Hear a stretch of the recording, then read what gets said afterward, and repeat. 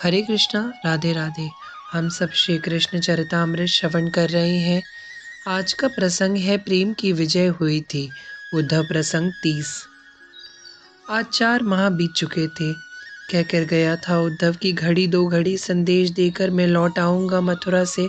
पर आज नित्य अपने महल में ऊंचे अट्टालिका पर जाते हैं श्री कृष्ण, वहां से वृंदावन दिखाई देता है। आते जाते लोग दिखाई देते हैं और आते जाते एक एक व्यक्ति को देखते हैं। उद्धव नहीं आया, आज भी नहीं आया। ऐसे ही 4 माह बीत गए थे। आज शाम होने वाली है। अट्टालिका पर ही खड़े हैं नंदनंदन। उनकी दृष्टि वृंदावन की ओर ही है। महाराज की जय हो, एक सैनिक ने आकर कहा। पर कहा पर कहाँ ध्यान सैनिक की बातों पर श्री कृष्ण को। वह तो वृंदावन की ओर दृष्टि गड़ाए बैठे थे। महाराज, श्रीमान वसुदेव जी और अक्रूर जी पधारे हैं। तभी सामने से उद्धव का रथ आता हुआ दिखाई दिया। र, रथ खाली चल रहा था। श्री कृष्ण बेचैन हो गए। उद्धव कहाँ है? ध्यान से देखा तो उद्धव धूल धूसरित, घुंघराले केश बिखरे हुए हैं, पैदल चलते हुए आ रहे हैं। तेज गति से उतरे श्री कृष्ण महल की अट्टालिका से उनका पीत पट कहाँ गिरा, यह भान कहाँ था इन प्रेम मूर्ति को। यह तो 5-5 सीढ़ियों से एक साथ उतर रहे थे। श्री कृष्ण, और कैसे हो? बहुत दिनों से तुम मिलने भी नहीं आए। अक्रूर पूछ रहे थे। वसुदेव जी भी कुछ कहना चाह रहे थे, पर श्री कृष्ण को आज न वसुदेव जी की का ध्यान न अक्रूर का। वह तो बस आते हुए रथ को देख रहे हैं। रथ आया चलते हुए। उद्धव उद्धव, कई दिनों से तुम दिखाई नहीं दिए। वसुदेव जी पूछ रहे हैं उद्धव को देखकर। पर उद्धव का ध्यान भी केवल श्री कृष्ण पर है और श्री कृष्ण का ध्यान उद्धव पर। न हाथ जोड़ा न चरण वंदन, बस देख रहे हैं श्री कृष्ण को। उद्धव कहाँ गए थे, यह बता तो दो। अक्रूर पूछ रहे हैं। पर उद्धव तो अपलक श्री कृष्ण को देख रहे हैं। क्यों किया ऐसा? बताओ क्यों किया? क्या अपराध था उन बेचारे ब्रजवासियों का? यही अपराध ना कि तुमसे उन्होंने प्रेम किया।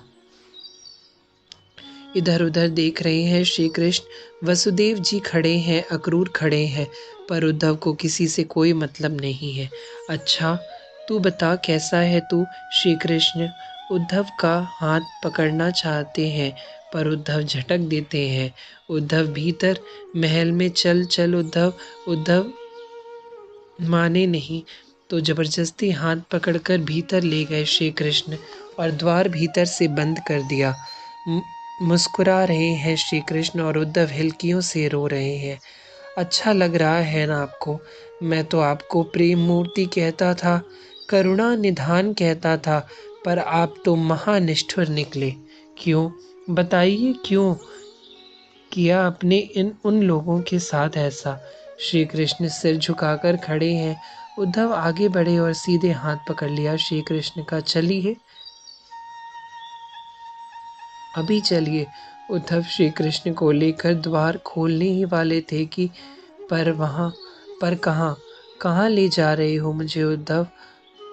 वो में गंभीर वाणी गूंजी। वृंदावन ले जा रहा हूँ, चलिए मेरे साथ। संकल्प किया है मैंने। वृंदावन के एक एक लोगों से मैंने कहा है कि श्री कृष्ण को मैं अवश्य लाऊंगा।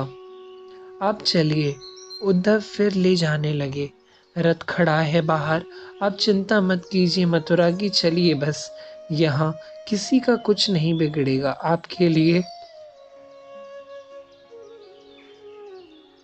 यहाँ कोई नहीं मरेगा, पर वृंदावन के लोगों को जीवन दान मिल जाएगा। ओह, आप वहां जाओगे ना तो वो लोग कितने खुश होंगे, आपको कल्पना भी नहीं है। एक एक क्षण गिनते हैं वे लोग। एक एक पथिक से पूछते हैं हमारा कन्हैया कब आएगा। वो लोग केवल तुम्हारे लिए जीवित हैं।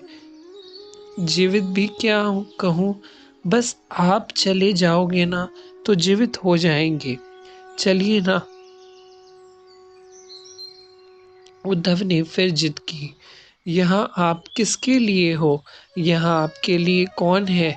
सब अपने लिए है इस मथुरा में तो। फिर यहाँ आप क्यों? कंस को मारना था, मार दिया आपने। मथुरावासी प्रसन्न है, मथुरा के राजा उग्रसेन है। पर आप यहाँ क्यों? आपको तो वृंदावन में होना चाहिए। चलिए, चलिए नाथ, चलिए।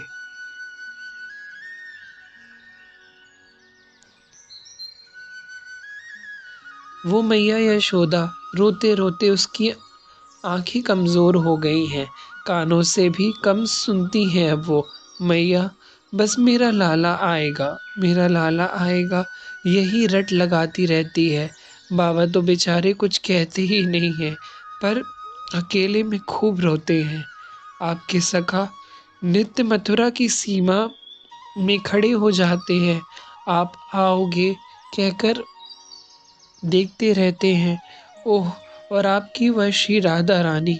उद्धव मूर्छित ही हो गए थे रोते रोते। श्री कृष्ण ने संभाला उद्धव को, और मंद मुस्कुरा रहे थे वे, क्योंकि प्रेम की विजय हुई थी। उद्धव जो ज्ञानी था, वह आज प्रेमी बनकर लौटा था। हरे कृष्णा, राधे राधे।